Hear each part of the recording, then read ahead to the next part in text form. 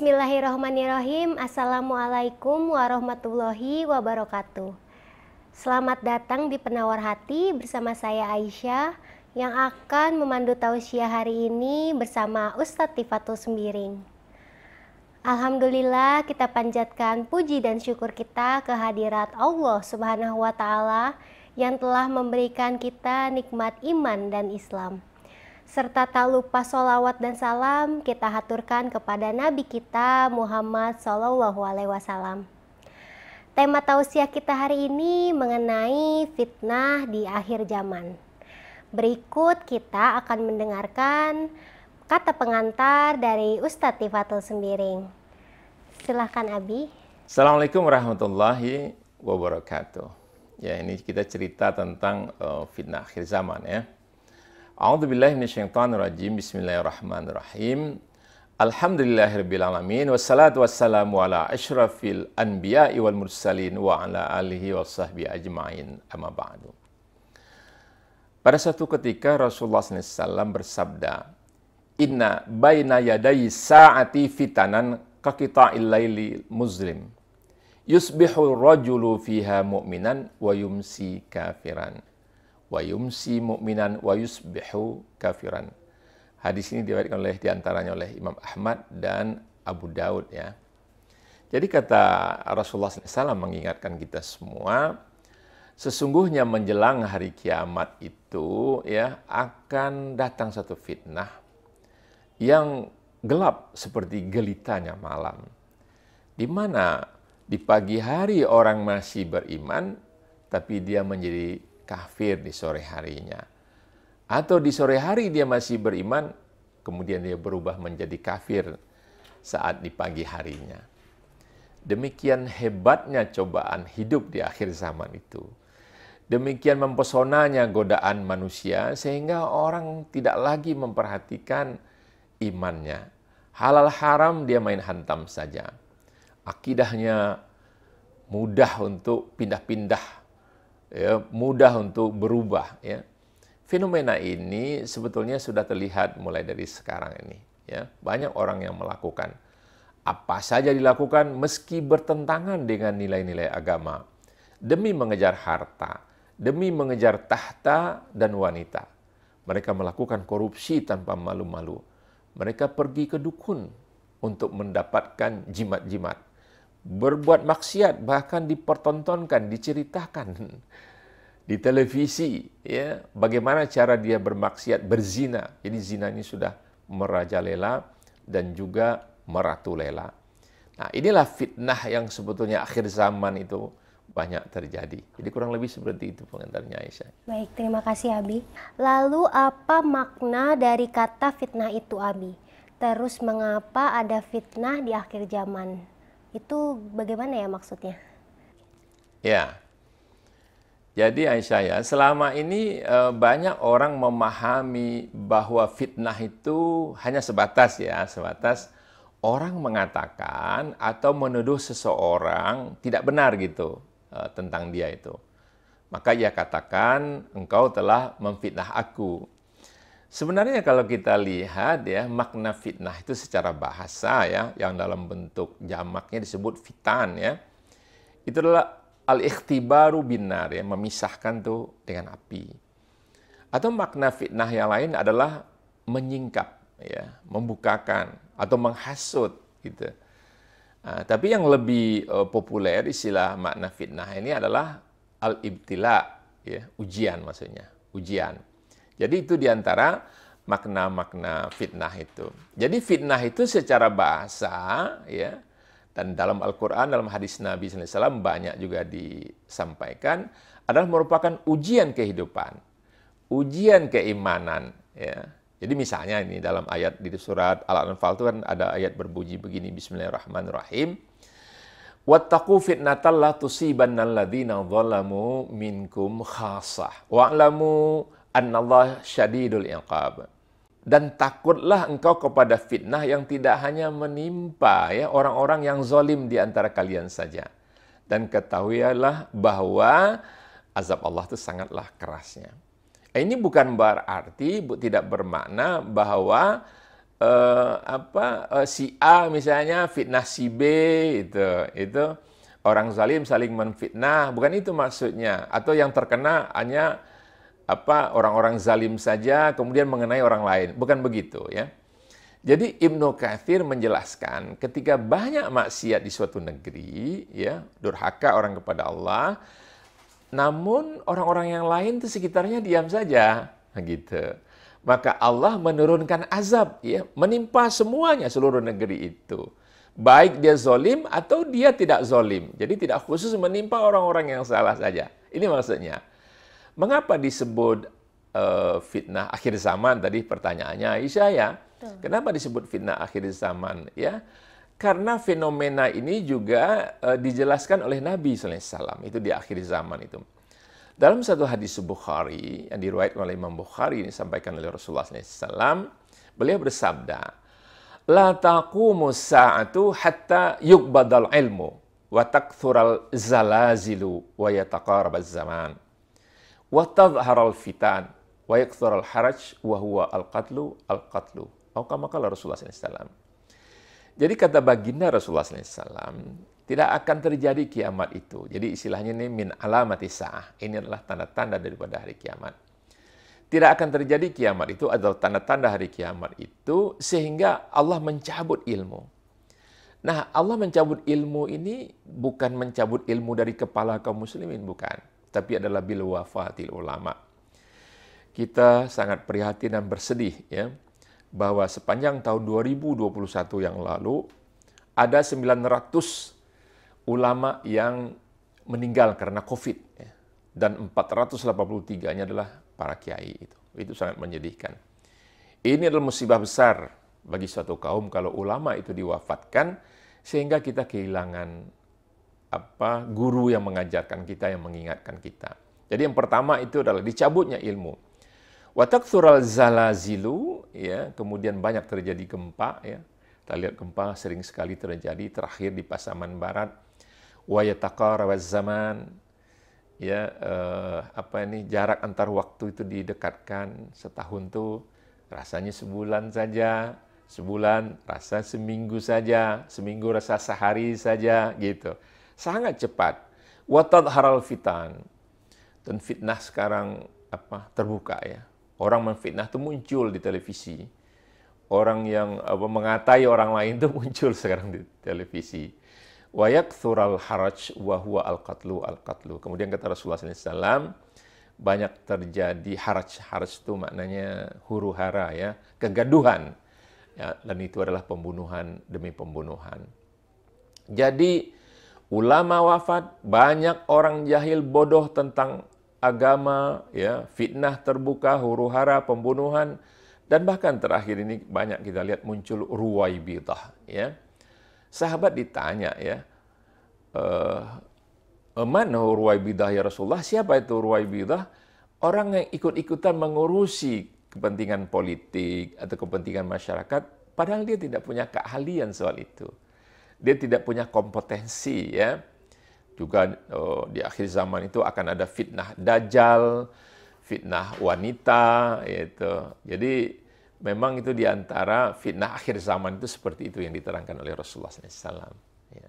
Nah, selanjutnya, apakah fitnah itu selalu berbentuk penderitaan dan kesusahan? Terus apa maksudnya fitnah itu tidak hanya menimpa orang-orang zolim saja? Jadi bentuk fitnah dalam artian fitnah itu adalah ibtila tadi ya, ujian kehidupan, dia tidak saja dalam bentuk derita, bisa jadi dalam bentuk kesenangan ya Aisyah ya. Jadi misalnya dalam ayat Al-Anfal juga Allah berfirman, wa'lamu annama amwalukum wa auladukum fitnah, ya. Dan ketahuilah sesungguhnya pada harta-harta kalian dan anak-anak kalian itu ada fitnah. Maksud di sini ini bukan anak dan harta itu memfitnah kita, bukan. Tapi itu menjadi ujian bagi kita. Ya, orang karena senang dengan harta, bahagia dengan anak-anak, membanggakan anak-anak itu. Ya, ini juga bisa jadi ujian fitnah. Betapa banyak orang yang jatuh ya, karirnya, kehidupannya gara-gara harta dan anak-anak ini ngikutin harta, mencari harta, ngikutin kemauan anak. Ya. terjatuh ke lembah kehinaan. Ya. Dan fitnah itu juga bisa berupa kesenangan. Hati-hati nih. Dia kalau berupa kesenangan, istilahnya itu dalam agama istidraj. Nah, istidraj ini maknanya jebakan, ya, jebakan.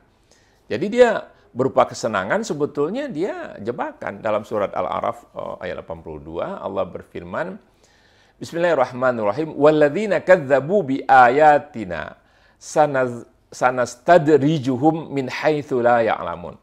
Dan orang-orang yang mendustakan ayat kami, maka kami sanastadrijuhum, kami jebak, kami berikan istidraj dari tempat-tempat yang dia tidak ketahui. Jadi semacam dijebak, digiring, dan akhirnya pergi ke neraka. Jadi kalau umpamanya kita lihat ada orang tidak beriman kepada Allah, yang kufur, yang ingkar kepada Allah, zolim, musyrik, tapi dia enjoy-enjoy aja tuh gitu. Dia kayak aja berlebihan. Hati-hati, itu istidraj.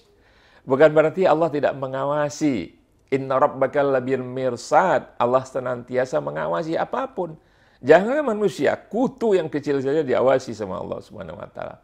Itu nama istidraj. Jadi Aisyah mengenai fitnah itu atau ujian tuh, dia bisa berupa penderitaan, tapi juga bisa berupa kesenangan, ya. Bahkan yang kesenangan ini yang berbahaya. Orang lalai, hanyut gitu, padahal dia sedang diuji oleh Allah Subhanahu wa taala. Begitu ya. Nauzubillah min zalik ya Abi. Ya. Lalu mengapa disebut fitnah wanita? Apakah tidak ada fitnah laki-laki, Abi? Nggak adil dong ya. Kenapa ada disebut fitnah wanita tapi tidak sebutkan fitnah laki-laki? Intinya sebetulnya adalah godaan-godaan dari lawan jenis, ya. Wanita juga bisa terhadap laki-laki atau godaan laki-laki terhadap perempuan atau terhadap wanita. Ya, misalnya kita lihat misalnya kisah Nabi Yusuf alaihissalam, ya, dengan Imratul Aziz yang suka dikenal namanya dengan Zulaikha.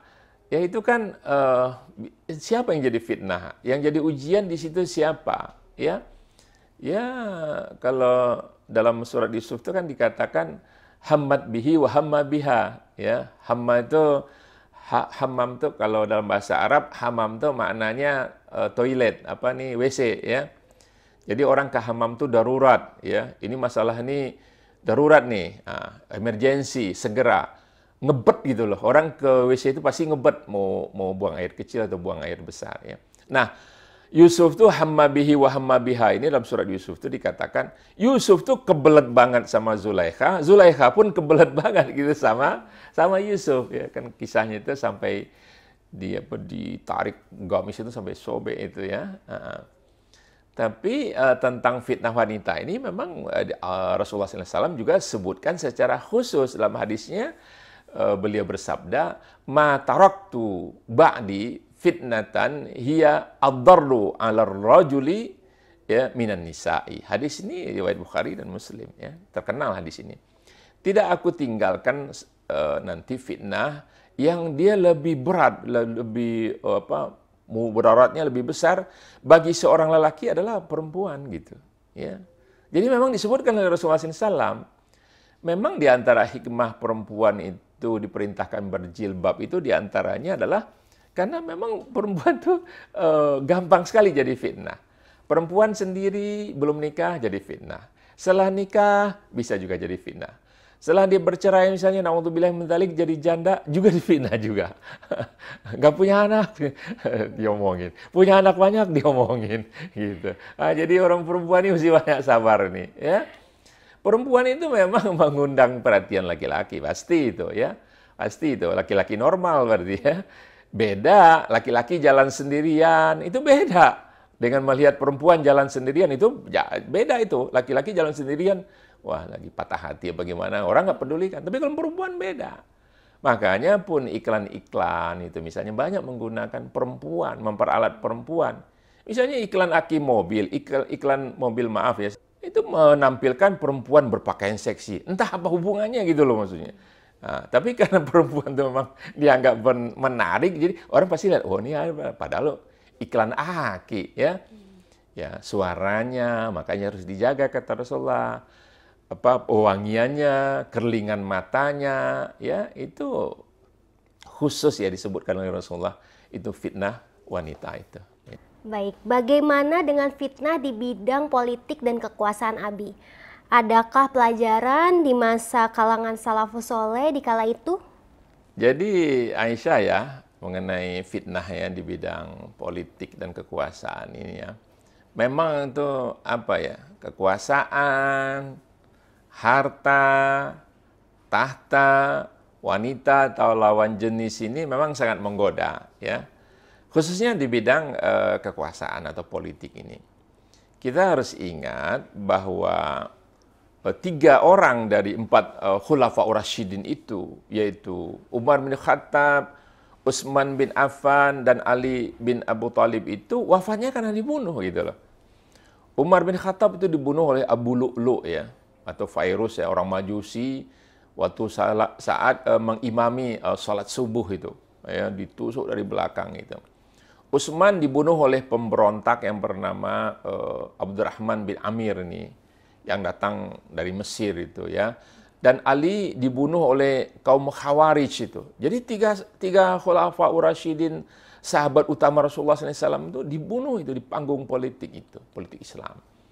Jadi hati-hati dengan fitnah di bidang politik ini. Bahkan terkadang ambisi politik seseorang ini menghalalkan segala cara. Jadi penguasa, kepala daerah dia, jadi gubernur, bahkan jadi presiden. Ya. Banyak contoh di negara-negara lain. Saat dia berkuasa, lawan-lawan politik itu dihabisi.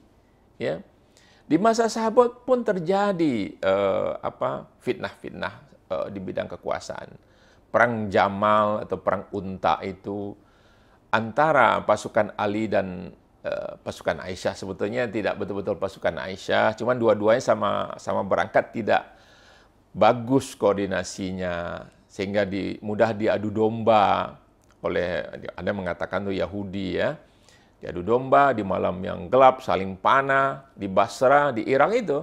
Tadinya sebetulnya kelompok Ali dan Aisyah ini ingin memadamkan pemberontakan yang terjadi di Irak itu. Akhirnya salah paham.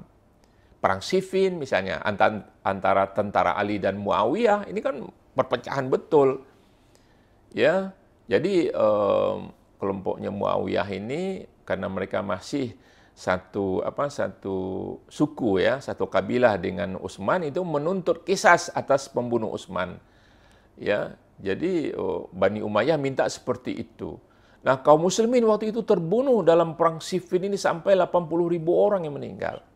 Jadi hati-hati fitnah di bidang politik ini, hati-hati kita melontarkan satu hal ya. Apalagi simbol-simbol politik ya. Kadang-kadang pimpinan tuh di atas saling mencerca saja, di bawah sudah bisa pertumpahan darah itu. Jadi hati-hati terhadap fitnah politik. Selanjutnya adalah pertanyaan terakhir sekaligus menutup segmen kita hari ini. Bagaimana sikap dan cara kita menghadapi fitnah akhir zaman ini, Abi? Jadi fitnah akhir zaman yang gelap gulita tadi ya. Jadi yang pertama adalah kita harus menuntut ilmu ya. Thalabul ilmi faridatun. Faridah itu wajib atas muslim laki-laki maupun muslim perempuan. Hanya Islam loh yang mengatakan ini wajib, fardu. Agama-agama lain tidak mengatakan ini wajib, tapi dari Islam wajib. Artinya fardu itu apa? Dikerjakan dapat pahala, nggak dikerjakan berdosa. Jadi kalau nggak nuntut ilmu, tidak tarbiyah itu dosa. Tidak ikut ta'lim itu dosa. Ya. Ngaji, fahami Al-Quran, fahami sunnah Nabi SAW. Jangan modal dari TK dibawa terus sampai tua. Ya. Berapa jumlah malaikat anak-anak? 10. Ya, itu pelajaran TK. Padahal kalau kita baca lagi tafsir lebih banyak, kita baca kisah Baitul Ma'mur dan seterusnya, malaikat itu ternyata ribuan jumlahnya. Ya, itu yang pertama. Tuntut ilmu dulu, perdalam. Itu selalu menuntut ilmu, selalu ngaji. Jauhi perpecahan umat, ya, damaikan, islahkan kalau ada yang berselisih. Nah, kemudian juga Rasulullah SAW mengatakan kalau ingin terhindar daripada fitnah Dajjal, menghafal surat Al-Kahfi. Paling enggak ya 10-20 ayat kita hafal. Ya, supaya kita terhindar dari fitnah Dajjal. Kita berdoa, bersikap bijak terhadap perbedaan-perbedaan yang ada, tidak prinsipil. Jangan yang nggak sejalan dengan kita tuduh macam-macam. Ini bid'ah, yang ini bilang radikal, yang ini bid'ah, radikal, yang ini salafi, wahabi. Akhirnya berantem sama kita. Padahal sama-sama ahlu sunnah wal jamaah itu. Ya. Kemudian melakukan upaya-upaya ikhtiar untuk merajut ukhuwah ya Islamiyah. Karena kalau umat Islam ini damai, sebetulnya bangsa ini damai. Ya. Jadi rajut ukhuwah sesama kaum muslimin, orang-orang yang beriman, ya kemudian kokohkan persatuan bangsa. Nah, jadi kalau kita kokoh, kita saling husnuzon lah satu sama lain, tidak saling curiga, ya insya Allah fitnah ini akan bisa kita redam. Kurang lebih seperti itu ya Aisyah. Baik, terima kasih banyak atas penjelasannya Abi. Sekian tausiah kita hari ini. Semoga ilmu yang disampaikan bermanfaat bagi kita semua. Saya Aisyah pamit undur diri. Wabillahi taufiq wal hidayah. Wassalamualaikum warahmatullahi wabarakatuh.